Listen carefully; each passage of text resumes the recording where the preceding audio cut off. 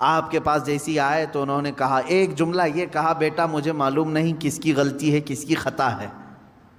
ماں فاطمہ الزہرا رضی اللہ تعالیٰ عنہ فرما رہی ہیں مجھے یہ نہیں معلوم، لیکن ایک بات یاد رکھ لو کہ دونوں کے تکرار سے دونوں کے جھگڑوں سے کہیں اللہ دونوں سے ناراض نہ ہو جائے، دونوں رونے لگے، کچھ بھی ہو جائے لیکن مولا ہمارا نہ روٹھے.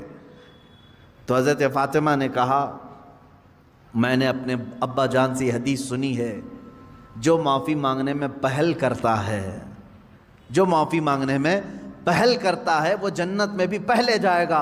ابھی یہ جملہ مکمل نہ ہونے کو تھا، امام حسین چھوٹی عمر کے تھے، دوڑ کر کے حضرت امام حسن کے پاس گئے، کہا برادر محترم جو کچھ بھی ہوا ہماری تکرار ہمیں معاف کر دیں. جنت میں جائے اب گا. یہی واقعہ دوسرے بھائی کا کیا مقام ہے یہ بھی حدیث پاک سے سن لیں. معاف کر دیا تو خیر ہے، تم نے معاف کر دیا، کوئی تم سے معافی مانگنے کے لیے آیا معاف کر دیا. آج بہت سارے ڈھیٹ لوگ بیٹھے ہوئے ہیں، بہن آئی ہے منانے کے لیے بھائی کو، نہیں مانتا میں، چل تو نے میرے ساتھ ایسا کیا ویسا کیا، پرانی باتیں یاد کی.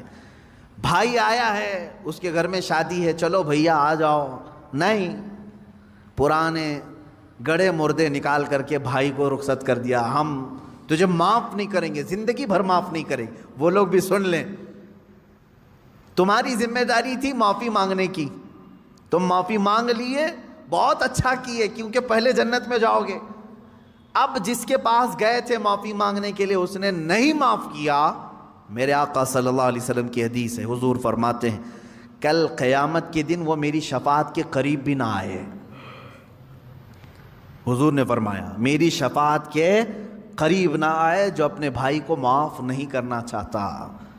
تم سے اگر تمہارا بھائی منانے کے لیے آ گیا، تمہاری بہن آ گئی، تمہارا پڑوسی آ گیا، تمہارا رشتہ دار آ گیا، تو پہلی بات تو یہ سوچ لو کہ وہ بازی مار لے گیا.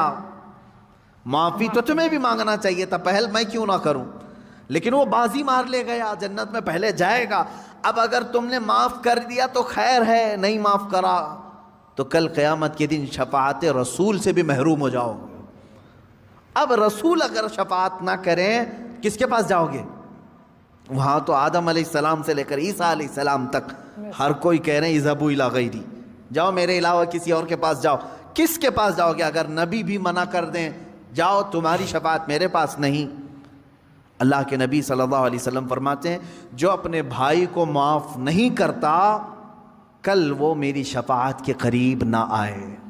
عزیزان گرامی وقار، اللہ رب العزت یہ فرما رہا ہے اگر چھپا کر کے درگزر کر دیا، اگر تم نے اپنے بھائی کو معاف کر دیا فَإِنَّ اللَّهَ كَانَ عَفُوًّا قَدِيرًا، تو سمجھ لو کہ بے شک اللہ بھی معاف کرنے والا، قدرت رکھنے والا ہے. یہاں قدیر کا لفظ آیا ہے.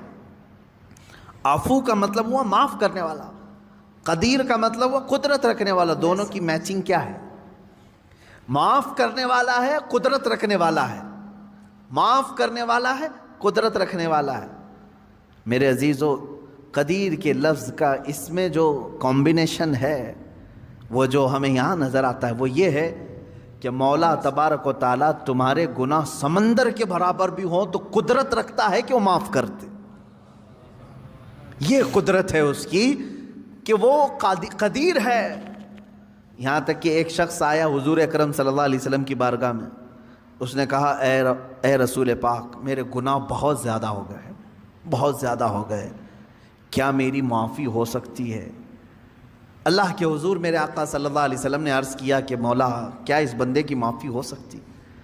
رب تبارک و تعالیٰ نے جبرائیل امین کے ذریعے بھیجا اور ارشاد فرمایا اے رسول پاک صلی اللہ علیہ وسلم آپ اس بندے سے پوچھیں کیا اس کے گناہ سمندر کے برابر ہیں؟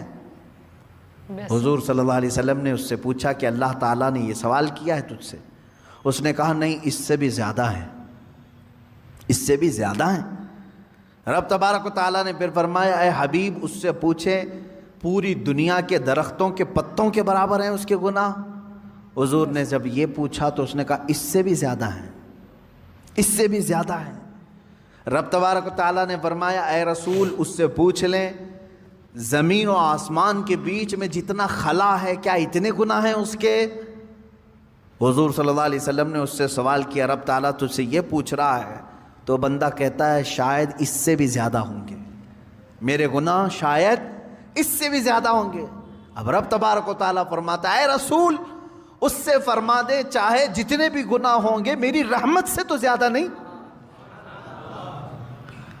میری رحمت سے بھی زیادہ ہے۔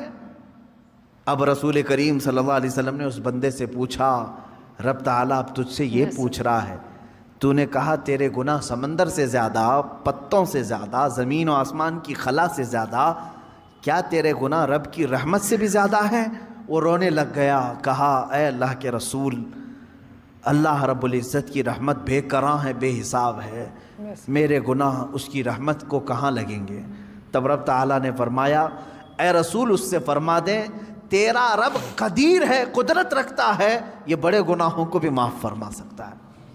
تو وہ قدیر کا معنی ہے گناہ بخشے جا سکتے ہیں، لیکن ایک بات یاد رکھیں ایمان پہ موت ہو شرط ہے۔ تو فرینڈ آپ لوگوں نے پورا ویڈیو کے ایکسپلین کیا اور دیکھا، فرینڈ ویڈیو میں کیسا لگا یار آپ لوگ کمنٹ کر کے ہمیں ضرور بتائیں، اور فرینڈ ویڈیو اچھا لگے تو لائک کر دیجیے، ابھی تک ہمارے چینل پہ نئے یار تو چینل کو سبسکرائب کر کے آل پہ کلک کر دیجیے، کیونکہ ایسا ہی نالج فل ویڈیو آپ لوگ کا ہمیشہ اس چینل پہ ملتا رہے گا۔ تو فرینڈ ملتا ہوں نیکسٹ ویڈیو میں۔